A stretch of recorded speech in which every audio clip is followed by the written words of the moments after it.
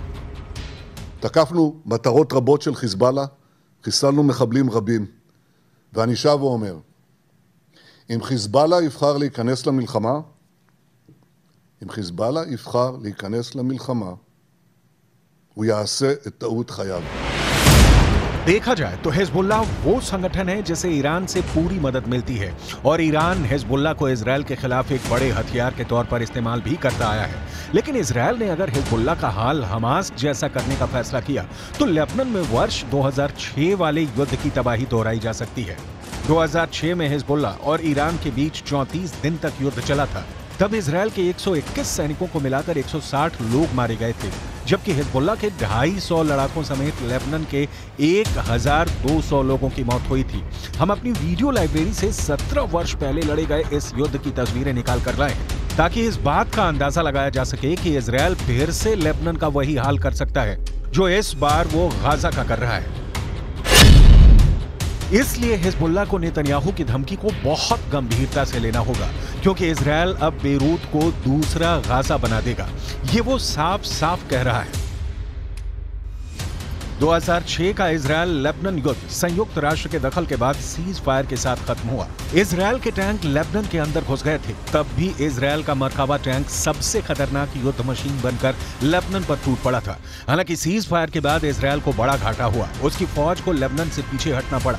यही वजह है कि हिजबुल्लाह 2006 में हुए युद्ध को अपनी जीत बताता रहा है, क्योंकि इजरायल एक सेना नहीं बल्कि मिलिशिया को भी हराने में नाकाम रहा था। हालांकि हिजबुल्लाह को भी बड़ा नुकसान उठाना पड़ा था। ऐसे में अगर ये जंग बढ़ी और लेबनान और इजराइल के बीच युद्ध आर पार का हुआ तो इस बार हिजबुल्लाह को बड़ा झटका लग सकता है। ऐसे में समझ लीजिए कि अगर हिजबुल्लाह को झटका लगा तो इसका असर तेहरान तक पहुंचेगा। वैसे नेतन्याहू भी यही चाहते हैं, लेकिन उनकी यह ख्वाहिश अब पश्चिम एशिया को बारूद के ढेर पर बैठा चुकी है और इसमें सबसे खतरनाक बमबारी हिजबुल्लाह की तरफ से की जा रही है। गाजा से अलग इजरायल लेबनान बॉर्डर पर जो युद्ध अब तक धीमा चल रहा था, उसमें अचानक बारूद की मात्रा बढ़ने से दुनिया में घबराहट फैलती जा रही है। उसमें हिजबुल्लाह के 73 से ज्यादा लड़ाके इजरायल के अटैक में मारे जा चुके हैं, जबकि इजरायल के 9 सैनिक हिजबुल्लाह के हमले में जान गंवा चुके हैं। हिजबुल्लाह ने इजरायल के ठिकानों पर अपनी ज्वालामुखी वाली मिसाइल फायर करनी शुरू कर दी है। इस मिसाइल के बारे में नसरल्लाह ने बहुत डिटेल में बताया है, ताकि इजरायल को पता चल जाए कि उसके उत्तरी बॉर्डर पर हिजबुल्लाह इस बार किस तरह के हथियार लेकर तैयार बैठा हुआ है।